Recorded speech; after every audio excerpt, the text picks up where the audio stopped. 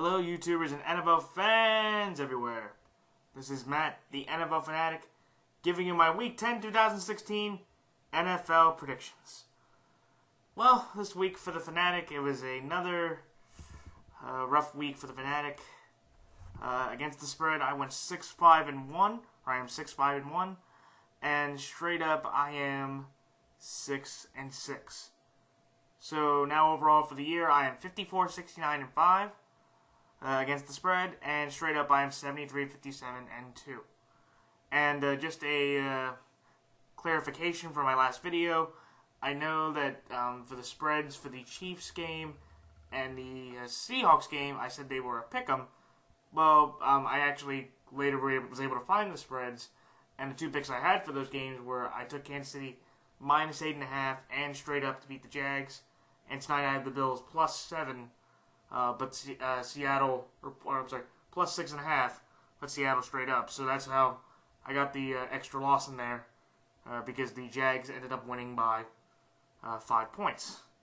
And, you know, at this point of the year, it's kind of one of those things where this has been definitely an off year for me. Definitely a lot of games that have come down. There were 8 games yesterday that were within one possession of each other, and if a couple plays win here or there, my record could have been worse or better from where it was. I have to give credit to San Diego. They played a heck of a game against the Titans. I thought the Titans would put up a good fight. Mariota put up 35 points. I think that was the first time since 2010 that the Titans had 2 games back-to-back where their offense put up over 30 points. But when you have 2 defensive touchdowns, you're not going to win games like that. And Marcus Mariota, he's had 7 turnovers himself this year. He's one of the top quarterbacks in the league in in forced turnovers. And when you look at it, it's also the second pick 6 that's been returned on him this year. You're not going to win games like that. But kudos to San Diego, though, for today or Tuesday, they're voting for their new stadium. And getting a win like this is a very positive thing to see if that can at least boost morale. So kudos to San Diego for that one. I also want to congratulate the Oakland Raiders. Big time, prime time win against the Denver Broncos. It snaps a 5-game losing streak against the Broncos at home. Latavius Murray became the 3rd running back, became the 4th running back in NFL history to put up 100 yards against the Super Bowl champion defense. So congrats to him. He also had his first 3-touchdown game of his career. And also, the Broncos gave up 200 yards on the ground for the first time since 2012. And for the first time since 2010, the Raiders are in first place in this division at this point of the year, solely at 7-2. So congrats to Raider fans. Congrats to the Football Guru, too. Shout out to him and his Raiders for having the Raider Renaissance officially be re-christened at this moment. And the Raiders, I believe, now are the legitimate threat to win the AFC West and a legitimate threat in the AFC in general to compete against the New England Patriots. Let's see, any other quick thoughts on some of the games? I also want to congratulate Dallas for a big win over Cleveland. I know they beat Cleveland, but still, they looked efficient and effective. And honestly, right now, they are the New England of the NFC, in where every single week, I know exactly what they can do. They play the same game every week, and their ratio, or their ability on offense and defense, the offense, I always say this in the NFL, to be effective in the NFL, you need an offense that can score 28 or more points, and a defense that can hold a 21 or under. And the Cowboys have shown about every single week that they're about that ratio, or just a little bit above or a little bit below that ratio in a lot of their games. So kudos to the Cowboys for becoming the Patriots of the AFC and the clear favorites to win the NFC at this point of the year. Alright, so before I get into my picks, this week, the 4 teams that are on the bye are the Buffalo Bills, Detroit Lions, Indianapolis Colts, and Oakland Raiders. If you have LaShawn McCoy, Tyrod Taylor, Justin Hunter, Stafford, Golden Tate, Marvin Jones, Theo Riddick, Andrew Luck, T.Y. Hilton, Dante Moncrief, Derek Carr, Murray, the Raiders defense, the Lions defense, the Bills defense. If you have any of those players on your fantasy team, bench them because they will not be playing this week. Alright, time for my picks. So, this Thursday, when the 0-9 Cleveland Browns go to the 4-4 Baltimore Ravens, the Baltimore Ravens are 10-point favorites in this game. I like Cleveland plus 10 and Baltimore straight up.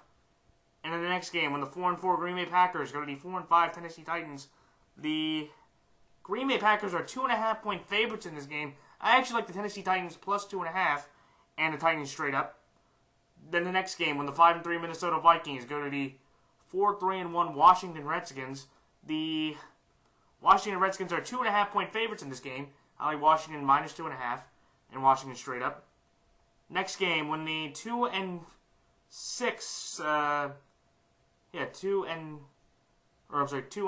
Chicago Bears go to the 3-5 Tampa Bay Buccaneers.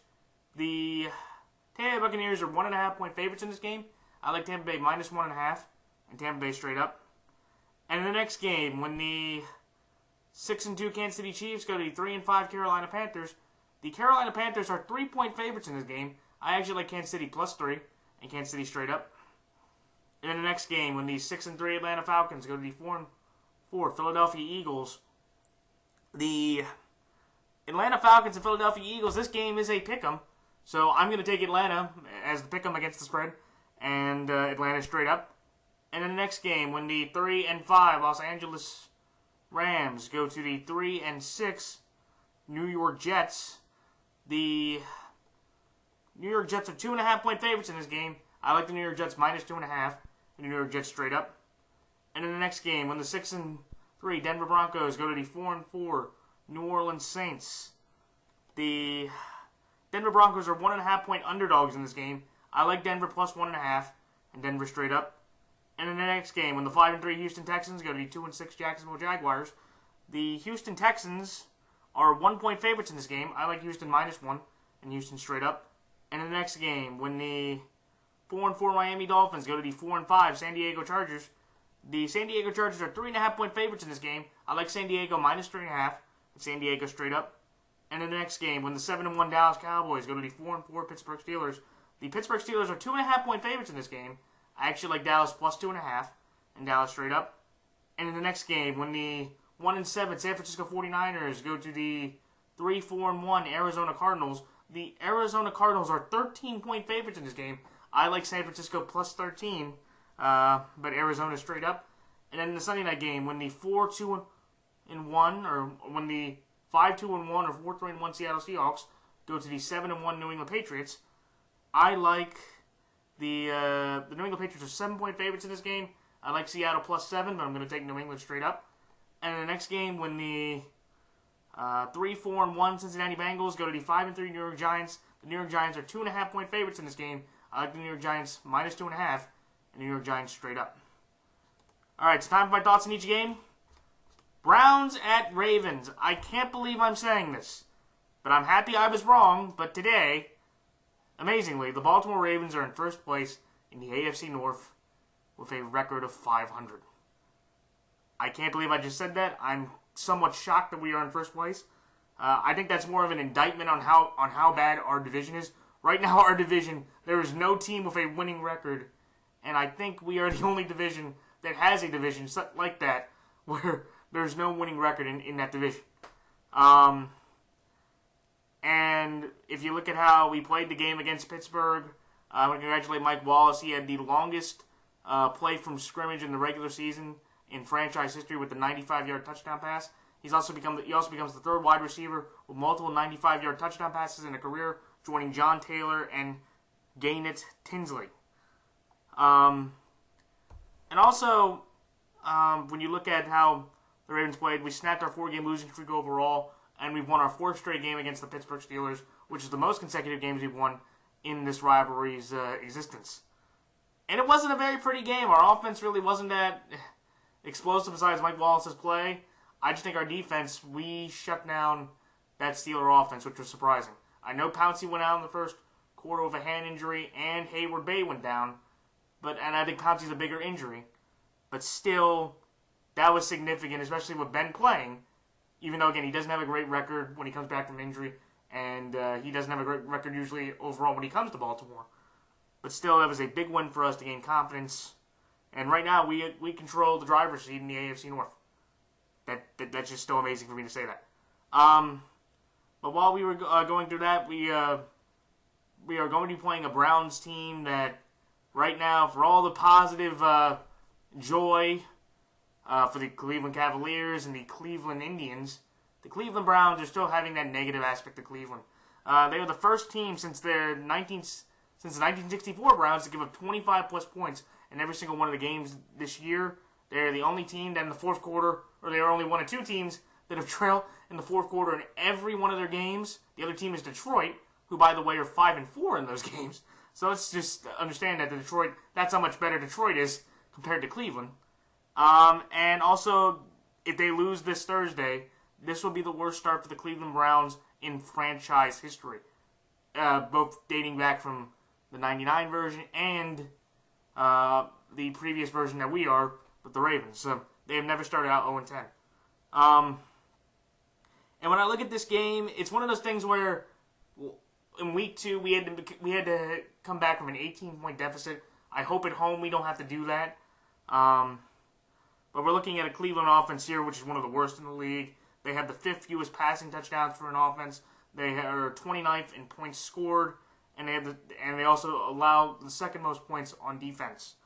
And also they give up the 2nd most rushing yards per game. So this Cleveland team right now is clearly the worst team in the NFL, and it's just a matter of fact of can they go 0-16? And I would feel really bad for their head coach, Hugh Jackson.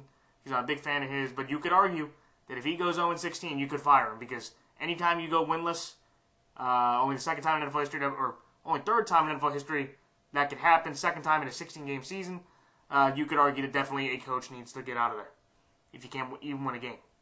And if you look at us with the Ravens' defense, as effective as we are on defense, we allow the 2nd fewest yards. We allow the fewest first downs in the league, the 2nd fewest rushing yards, and the 5th fewest rushing TDs.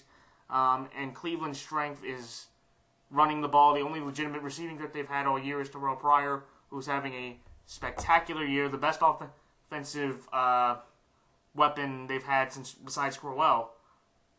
And just when you look at this rivalry, Flacco in his career is 14-2 against the Browns, and they're 15-2 all time since 2008. I think it's kind of amazing that we get a 10-point spread, because with how the games have been, we have played now, thanks to our prevent defense, we played 8 straight games in back-to-back years with 1-score differences. So the fact that it's a 10-point spread, I'll take the Cleveland Browns plus 10, because of how the Ravens have played, it'll come down to about a score or less. But I just think of how we've been playing, we have some confidence now. It's another home game. It's a short week. Usually the road team the better team usually wins in these kind of short weeks. I think it can be competitive, and this might be Cleveland's best shot at getting a win for the rest of the year, just playing how we are. But I think with just the momentum we have, it's at home. We have an easier ability to rest. We don't have to travel. I'll take the Ravens here in a close divisional game that'll get us to 5-4 and give us maybe a little bit of momentum going into the big game against Dallas next weekend at Jerry World. So that's why I'm taking Cleveland plus 10, but the Ravens straight up. The next game, the Packers at the Titans. The Green Bay Packers, wow, they have had a tremendous fall from grace this year.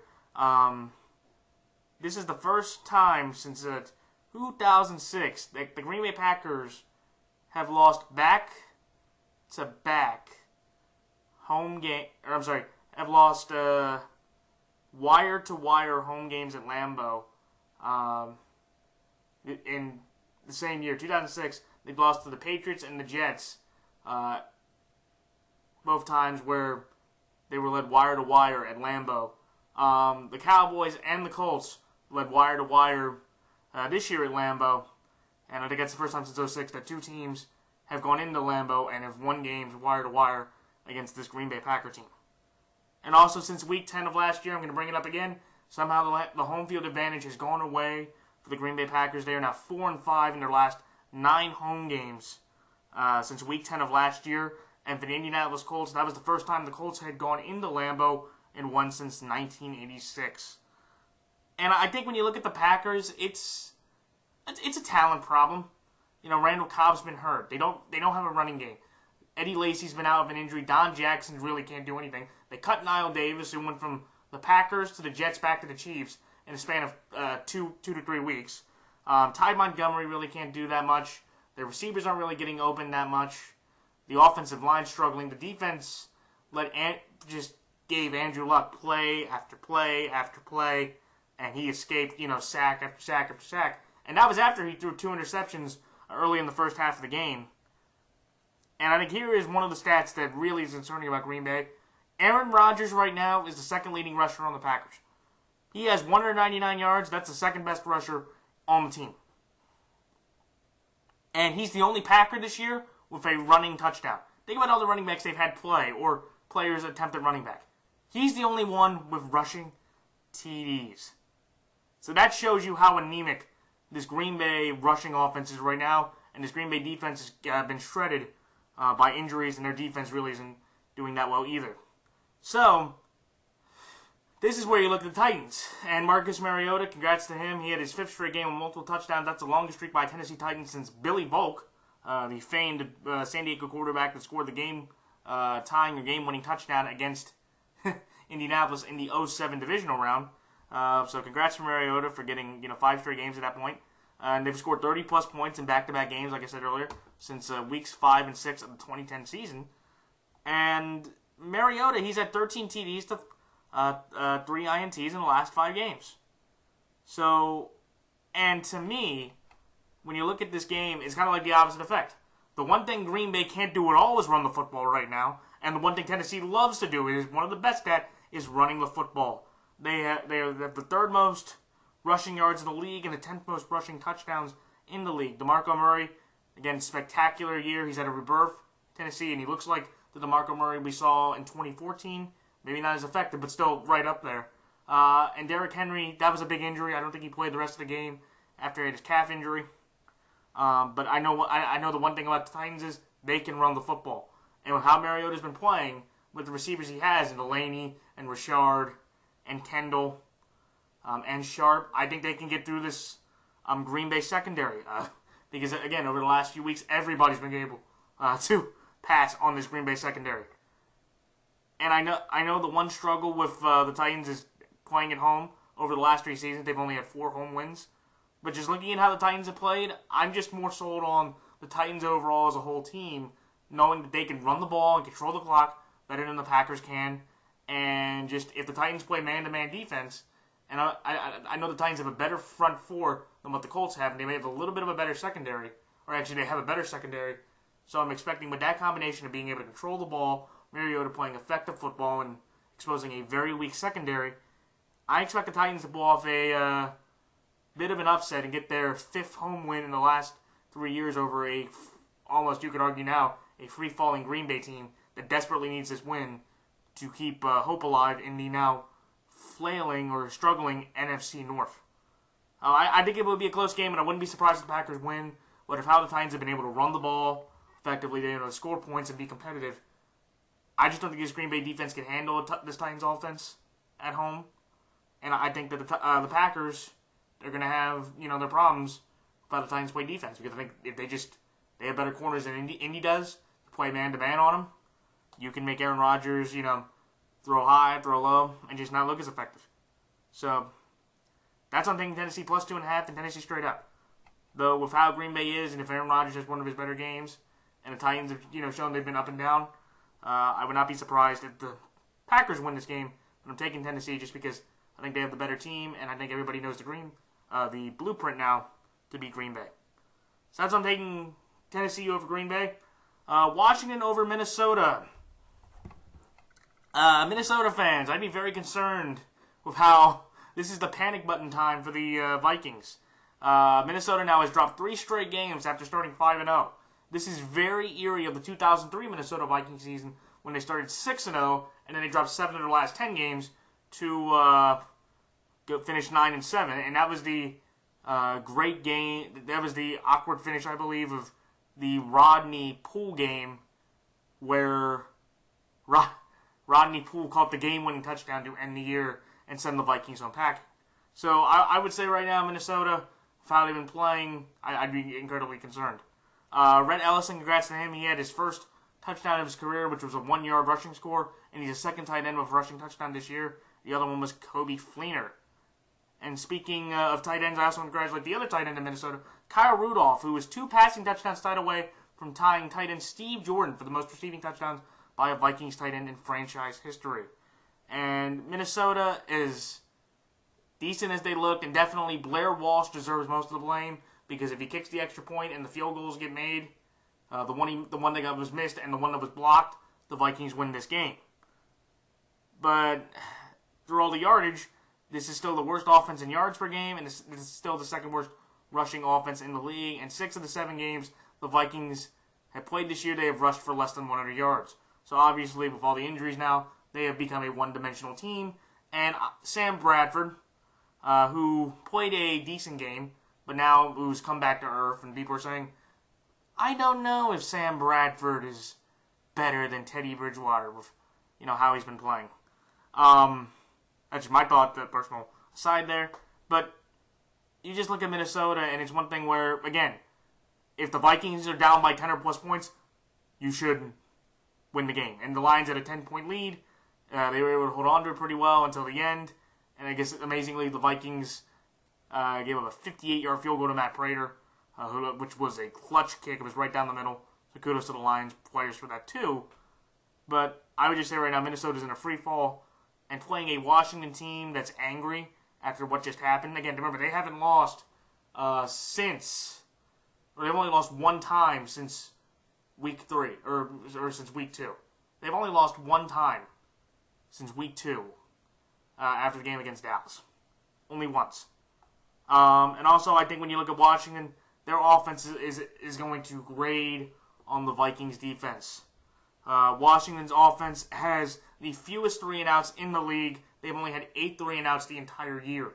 So they're going to be an offense that they can get yards, they can get points, and they can control the clock and wear this Vikings defense down. And when you look at, like I said, Washington, 4th in yards, 14th in points, so they don't score as much, but they'll, control the clock. And also for the Redskins, coming off their first tie game since 1997, which was coincidentally the last year where there were 2 ties in a single season. And even though Minnesota's won 4 of the last 5 games, there's just an aspect of where the Redskins have a secondary and talent in the secondary that if I think Norman can hold his own against Stephon Diggs, and I can make an argument he could shut down Stephon Diggs. And I just see where the Redskins' weakness is the rushing defense. They have one of the worst running defenses in the league. They give up the 2nd most yards per attempt, but this is the worst running attack in the entire NFL. So I kind of feel like that kind of neutralizes that. And I believe in Kirk Cousins more than I have Sam Bradford this year. He's been playing much more effective football. And even though Sam Bradford's playing efficient ball, over the last 3 weeks, he's kind of really, he's had 2 TDs and no picks, or 2 TDs and no picks the last 2 games, but the offense has just kind of been stagnant. And I think the Redskins, with how they've been playing at home, they play much better at home than on the road. And I just have confidence that Washington's in a better rhythm and momentum right now compared to the Vikings, who right now, like I said, they're 5-0 this year. They started 6-0 and 3. They ended up losing 7 of the last 10. With kind of how they've been playing, I kind of can see that same free fall happening this year. I think it should be a close game, and honestly, both teams need this win. But I think Washington, they have the better quarterback right now. They've shown they've been more consistent. They've shown that both sides of the ball can play pretty effective football. And that's why I'm going to take Washington because of that. Because where Minnesota's defense has played pretty well, and they did a great job for the most part against Stafford's offense, even though that last play, Xavier Rhodes should be shamed for how poor of a tackle we made on trying to get Golden Tate. I just think Washington has proven that they've been more consistent and they're on the better roll, and I'm going to take that at home over a free-falling Vikings team. So that's why I'm going to take Washington minus 2.5. I'm Washington straight up. Next game, and one of my crappy toss-up games of the week, I like to call these, Chicago at Tampa. Jordan Howard, congrats to him, 202 scrimmage yards, or the most by a Bears rookie running back since Matt Forte. And I think he's proven to be the real deal, and I think Jeremy Langford now has become the complement back, where Howard's stepped in and become the feature back. And also, I want to congratulate the Bears. That was their 5th home win against the Vikings in the last 3 years. And I also want to congratulate Alshon Jeffrey for his first receiving touchdown caught this year against the Vikings. And also, with Tampa Bay, Mike Evans became the first Bucs receiver in a game to have 10-plus receptions, 150 yards, and 2 TDs in a single game. And he's become a Jarvis Landry, a Tavon Austin, basically one of those threats where he's the only receiving threat that Tampa has right now, because all their other receivers aren't really doing as well or been hurt. And I feel really bad for the Tampa Bay running game. They have now lost 4 running backs to injuries this year already. They have lost Doug Martin, who's still recovering from a hamstring injury he suffered in week 2. Jacquizz Rodgers hurt his foot, and he was out for Thursday's game. Charles Sims had a foot injury that knocked him out on IR for the rest of the year. And now Anton Smith tore his ACL, and now he's out for the year. So they're basically now running on Peyton Barber. And I know there's another back, but it's Peyton Barber and somebody else. Hopefully Jacquizz Rodgers can get his foot healed up so he can go back into the backfield. And this Bucs defense has been horrible, giving up 1,025 yards in the last 2 games against the Falcons and the Raiders. But I'm going to take the Bucs here just because I think with what Chicago had, I think it was a mirage. Because, Jay Cutler, happy for him, he kind of showed some emotion. And I know the Bears beat the Bucs last year. But there's something about Tampa Bay where they've just looked more efficient than Chicago has the entire year. Even in the loss, I know they gave up 43 to Atlanta, but Atlanta has a spectacular offense. But when I just look at this game, again, I wouldn't be surprised if Chicago won this game because Tampa really isn't that much better. But with the game being in Tampa, and I know Tampa hasn't won a game at home the entire year, which it should be really concerning because they've only won, I believe, like 3 to 5 home games in the last few years. I just think Tampa just has more talent. They've shown to be more consistent, and anytime you see Jay Cutler usually win a game, by the next week he doesn't really play normally as well. Again, would I be surprised if the Bears won this game? No. But I think Tampa, they've shown that they've been more consistent and been in more games compared to Chicago, and I'm just not expecting Jay Cutler and this offense to be as effective for a second straight week. And also they can shut down the run a little bit more effectively than I believe Minnesota will. And that's why I have the Bucs winning this game. Should be a close one. Should be a game that is not really going to mean a lot for the playoffs or even contention. This just hurts draft stock at this point. I'm going to take Tampa. They're home. I think they have the better quarterback. I don't believe in Jay Cutler playing 2 solid games in a row. And I just think, again, where they're angry about what happened last year. This Bears team shouldn't have gone to Tampa last year and beat them. So I think that extra motivation will propel the Bucs over a mediocre Bears team with that added motivation, along with everything else I just said. So that's what I'm thinking. Tampa Bay minus 1.5 and straight up. But again, I would not be surprised if Chicago wins. So next game, the Chiefs at the Panthers. Congrats to Andy Reid. It's the first time he's won 10 straight home games in his career. And for Kansas City, this shows maybe how bad Jacksonville is. This was Kansas City's lowest rushing yardage total against the Jaguars. They had their fewest first downs gained against the Jaguars, the second most total yards given up by the Jags offense, and they still won the game by 5. So, again, Kansas City, they're the one team that nobody likes to talk about in terms of being a respectable, good team because they play boring football. They don't really throw a lot of deep balls. They don't have a lot of shiny receivers. The running backs, have been hurt, but they just play keeping consistent. That's what KC stands for to me. Keeping consistent football. And that's, again, they're going to just continue to slowly climb up the ranks. And as you see them play more and more teams, you are going to realize that this Chiefs team is right up there with the Raiders, with the Patriots, with some of the better teams in the league. And also, again, the one thing that they've been able to do phenomenally, turn the ball over at an extreme high rate. They've had 34 interceptions since last year. That is the most in the NFL during this 2-year span.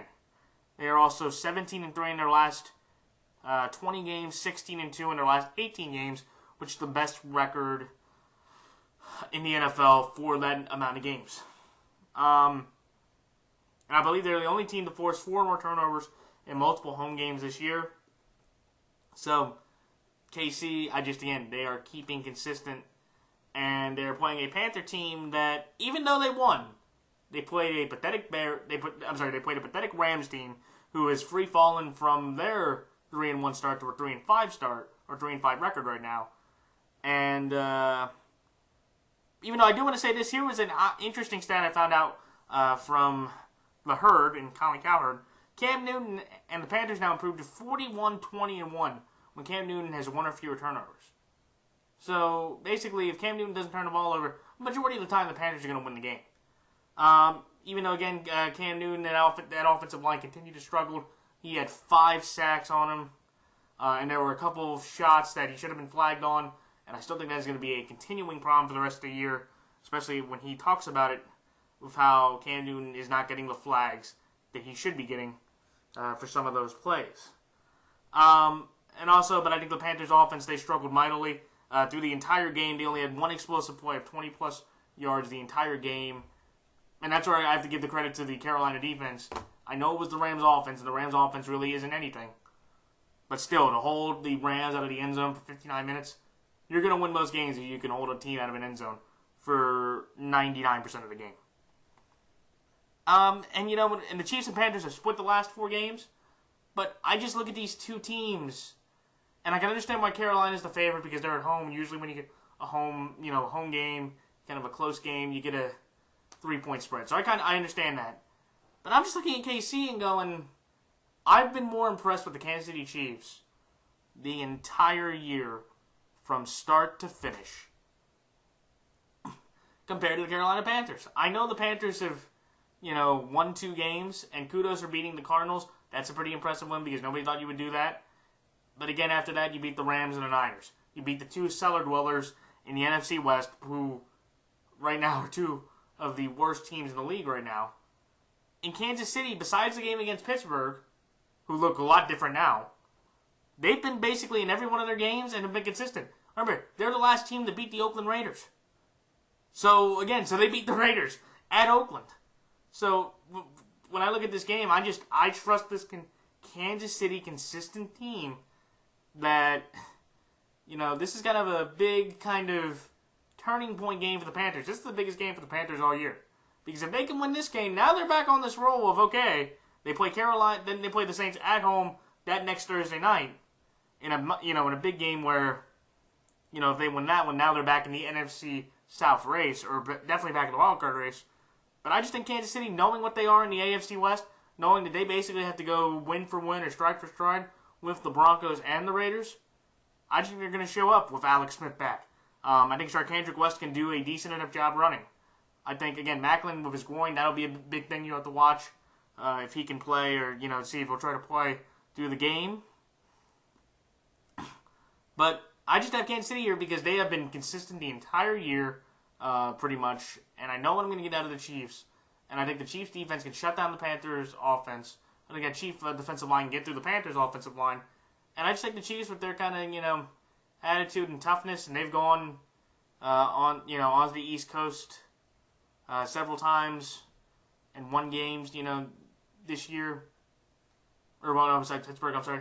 But they played better, and I just trust Andy Reid and his staff to go over to Carolina and win a tough physical game, a game that they like to play over a Carolina team that has somewhat, you could argue, have found themselves, but they're going to realize that this is a different year, and this Kansas City team is just way more used to this momentum and just a better overall team. So that's why I like Kansas City over Carolina. Next game, the Falcons over the Eagles. When you look at this game, Julio Jones, I think he has the second most 100-yard receiving game since 2012 behind Calvin Johnson. kudos to him for that. And the Falcons also snapped their 3-game losing streak against the Bucs on Thursday with a 43-28 victory.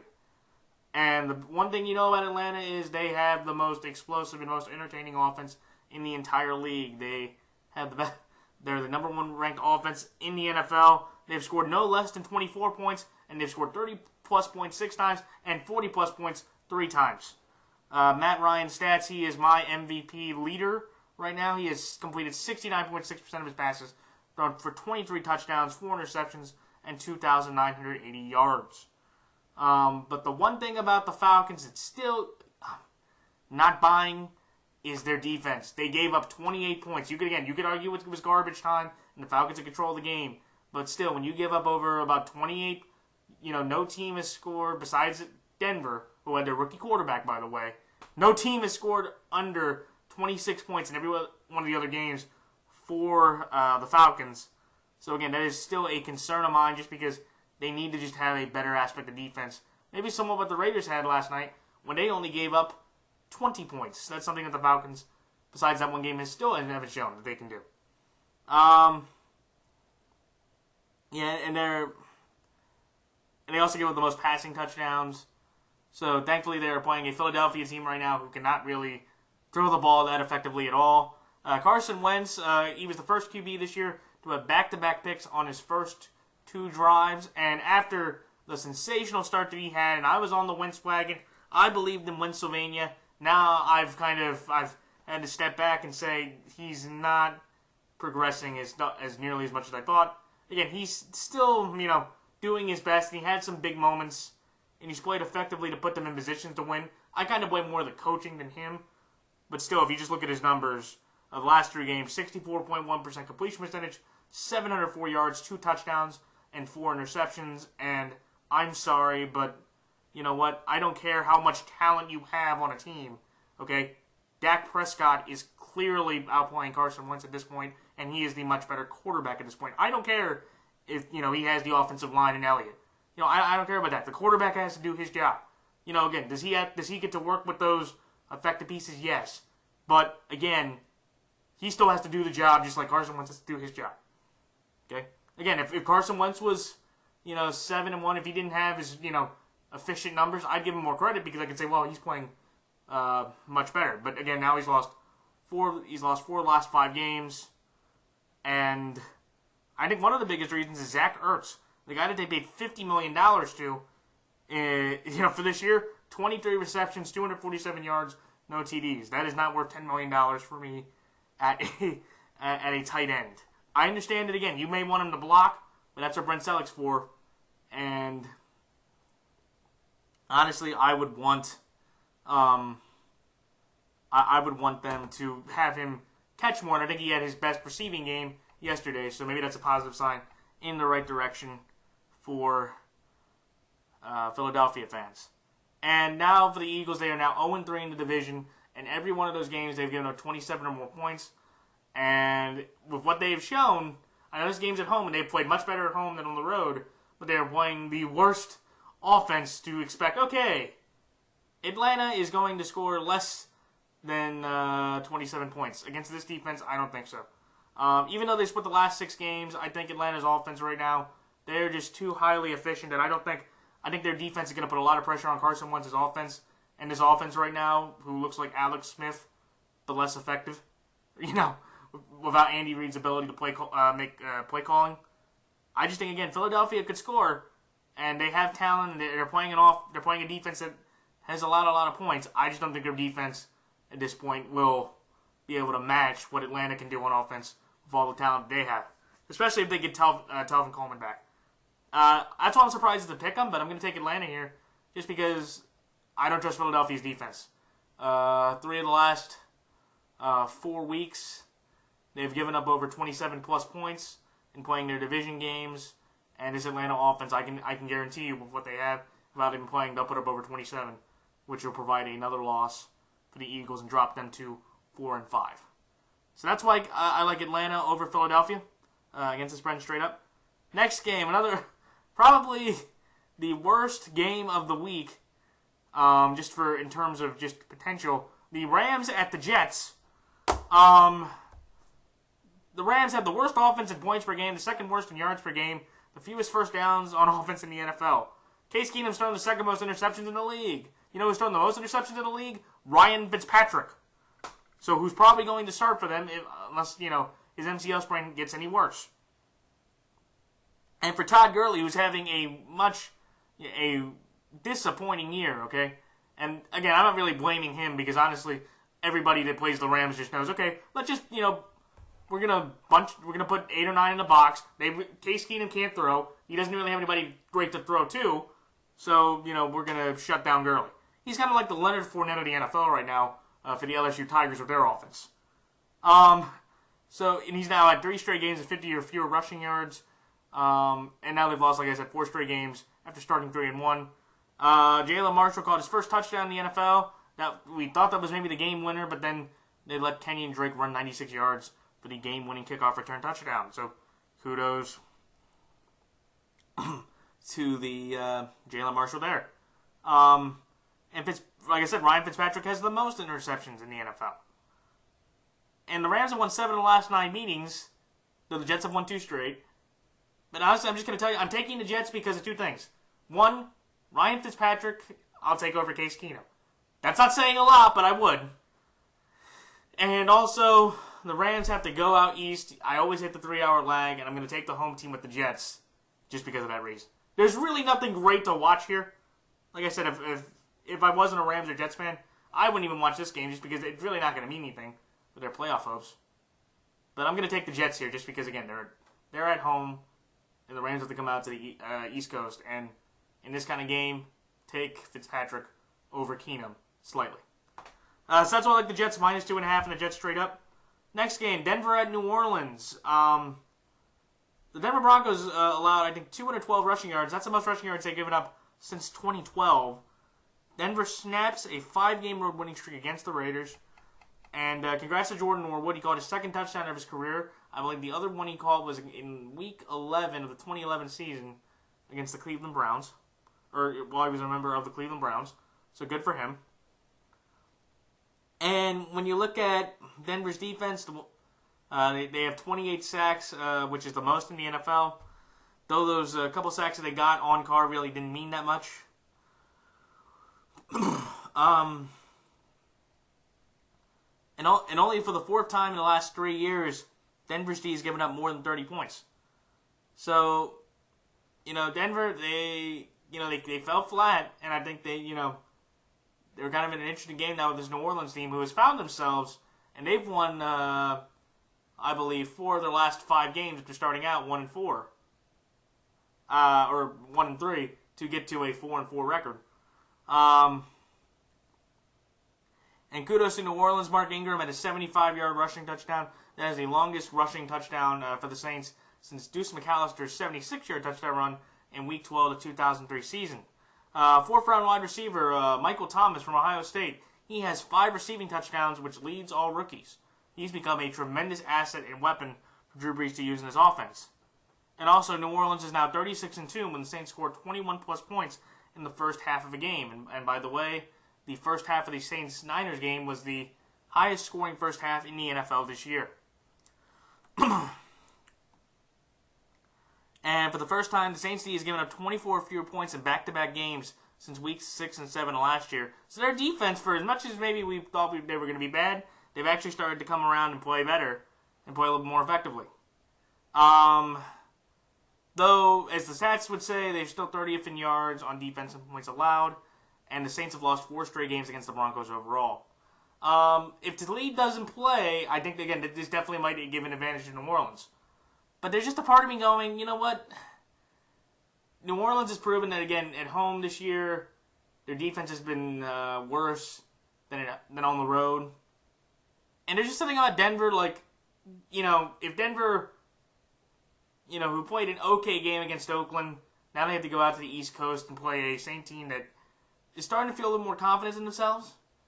But I just think, again, when you play with Nola, right, I think it's going to be one of those things where I don't think Mark Ingram and Tim Hightower, or I don't think one of them will have a great enough running game to allow the balance for the Saints to win. Okay, and I know what you could say. Well, Tim Hightower had 100 yards, against Seattle. True, but I think that's maybe an outlier. And yesterday they ran over the worst rushing defense in the entire league, so I don't really count that one either against San Francisco. I think, again, Drew Brees will not have one of the games he usually does because this Denver defense shuts down air attacks. And I just don't think Mark Ingram and Hightower enough together can provide enough of a balance. And they don't nearly have as good an offensive line to protect Brees and make holes for the running game for the Broncos not to be able to capitalize. I think Simeon will have a little bit more time to throw. I think he'll, again, it's two incredibly hard atmospheres to play in back-to-back. To have to play in Oakland and have to play in New Orleans. But I think Simeon and his team, they know what's ahead of them, and they know how big this win is for them. And I think they're just going to show up a little bit more and just put a little bit more defense in to shut down the Saints' offense enough to win this game. So that's all, like Denver plus 1.5, and Denver straight up. Next game, Texans and Jaguars. Houston's 5-0 at home, 0-3 on the road. The Texans have scored 23 points per game at home. They've scored 7 points per game on the road. They've only scored 1 touchdown the entire year on the road. So when you look at this game, it's one of those things where it's weakness against weakness. Houston can't win on the road, and Jacksonville can't win at home. Even though, again, Jacksonville, one of the biggest problems they've had the entire year, turnovers. They've committed the second most turnovers in the league on offense. And their big pay guy, Malik Jackson, over the last 3 games, ladies and gentlemen, he has one assisted tackle and half a sack. And probably that assisted tackle was on that sack.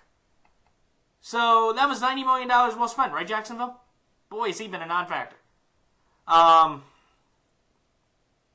I do want to congratulate Adam Robinson, though. 18 touchdowns in the last 2 years. He got the big touchdown to put the game within striking distance for the Jags.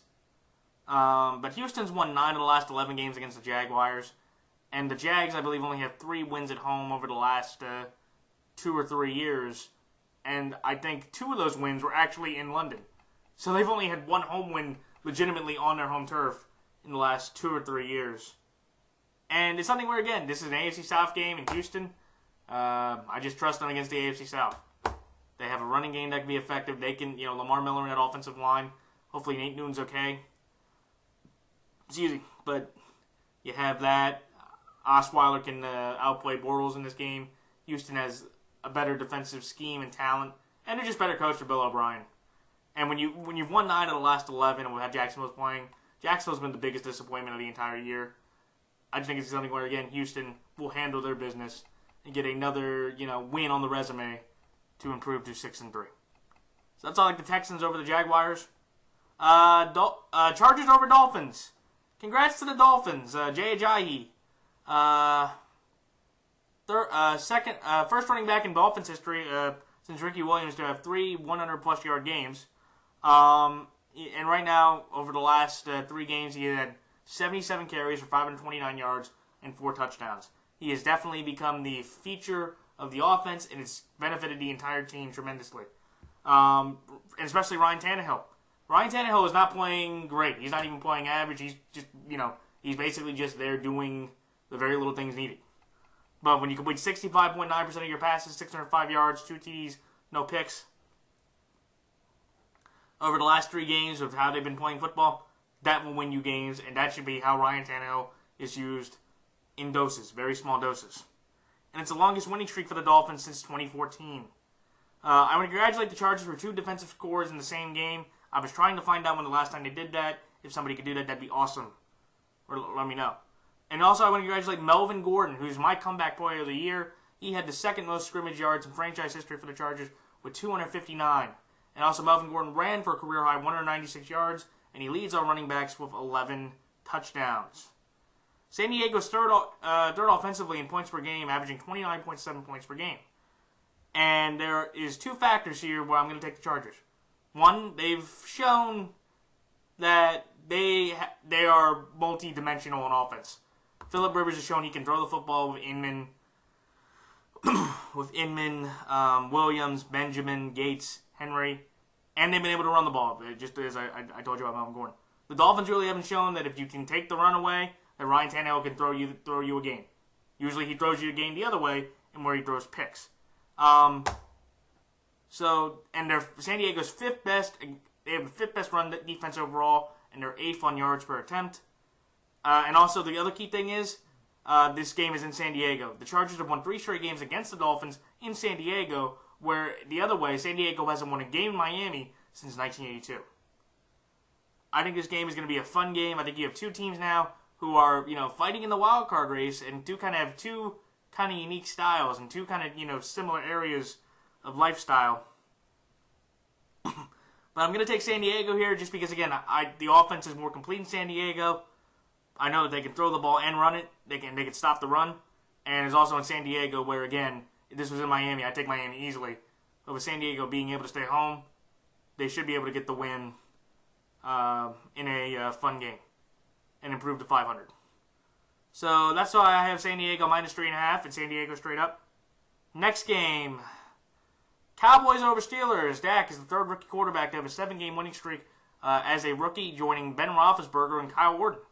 So kudos to him there. He also has the Dallas Cowboys rookie record for most yards and touchdowns recorded for the Cowboys.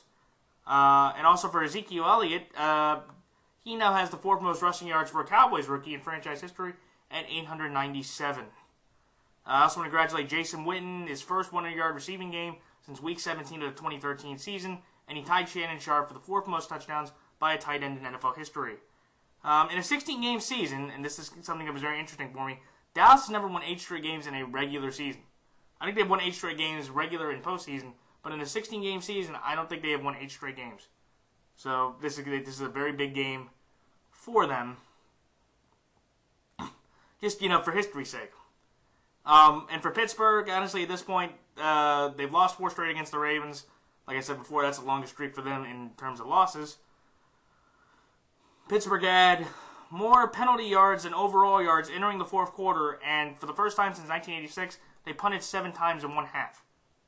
So this offense really could not do anything. I think Dallas' defense is not nearly as good as ours. But the one thing I know about Dallas' offense is that their offense is way better than ours.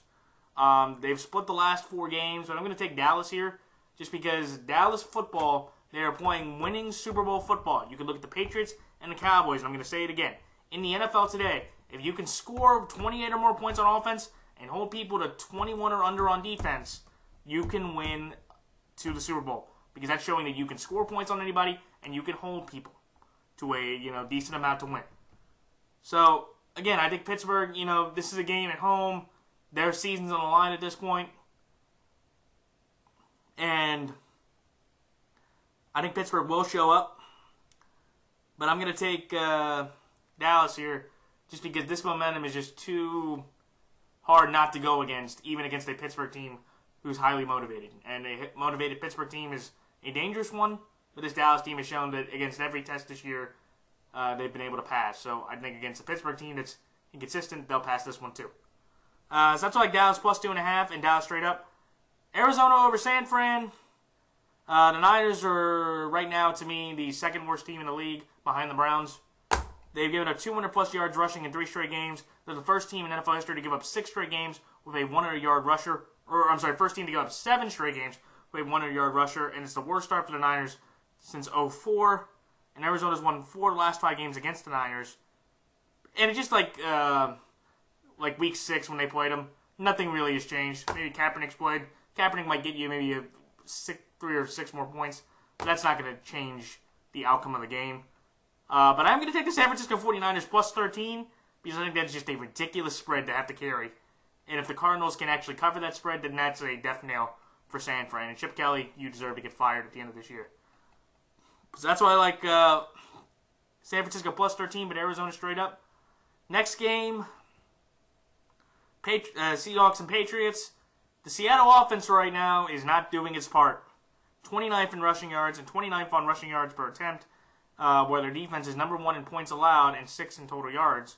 But they're playing the one team that you do not want to play in the New England Patriots, Tom Brady, an MVP candidate. I know he's only played in 4 games, but when you have these numbers, 73.1% completion percentage, 1,319 yards, 12 touchdowns and no interceptions, you've won 4 straight games, you look great doing it. They're still the Pats are the third team in NFL history with the 1960 Browns and the 08 Redskins to go through their first 8 games without throwing a pick. And New England's won 3 of 4 against the Seahawks. I just think it's something where, again, I expect Seattle's defense to give a good challenge to the Pats, just like in the Super Bowl. Except this time, they don't have Marshawn Lynch running the ball. Russell Wilson's much more banged up than he was in the Super Bowl. And again, Malcolm Butler's there. He may have to make a 1-yard play. But I just don't see Russell Wilson and his offense nearly doing enough against a New England defense, which, again, they don't get a lot of pressure, and if you get in the red zone, you can get it into the end zone. But besides that, I just think New England's just way too loaded offensively for Seattle to handle. And I just don't trust Seattle's offense enough to go on this Patriots defense, which has been pretty good most of the year, besides those 2 things. So that's all like New England over Seattle. And finally, Giants over Bengals. The Bengals committed their second tie in the last 8 years with the game against Washington. I think the other time they tied over the last 8 years was against Philadelphia, where Donovan McNabb famously said, "I did not know that you could tie." I didn't know either in that game because that was the first time I'd ever heard of a tie. But in New York, congrats for the Giants. They won its first game against the Eagles in 5 tries. And also Odell Beckham, that was the 14th touchdown he caught. The 26-yarder, that was 25 or more yards. That's the most in the NFL during the last 3 years. Eli Manning, he is a phenomenal October quarterback. In November, he kind of becomes Tony Romo, essentially. Eli Manning is 18-28 in November, and since he's won 2 of the last 3 games against the Giants, I'm just going to go back to what I said. The Giants have shown now, right after beating us, they're getting on that roll. And that's the one problem with the Giants that everybody doesn't want to deal with. The Giants on a roll. If they get cold, they'll love to play them. If they get hot, watch out. This Giants team has a little bit of confidence now and swagger and momentum. This Bengal team hasn't shown that they can beat anybody good. Take the Giants, -2.5 all day on that one, especially at home, because I just trust the Giants have more talent. Victor Cruz has an ankle injury. Looks, again, anytime he has an injury, that should be concerning. I just trust the Giants right now at this moment of what they've been going through and what they have talent-wise overall to win this game and improve to 6-3. So those are my thoughts and comments and picks for the week. Like, comment, rate, subscribe. Good luck to all the progs. Good luck to all the fantasy players, coaches, teams, players, and fellow prognosticators. Shout-outs to Poet Rider. Shout-outs to Team Evader 112. Shout-outs to Keith Bailey, Hatbox, Geo Knows, the Football Guru 2, Football Chick 794, Stuart Madison, the Electric Group Show. I know I messed that up.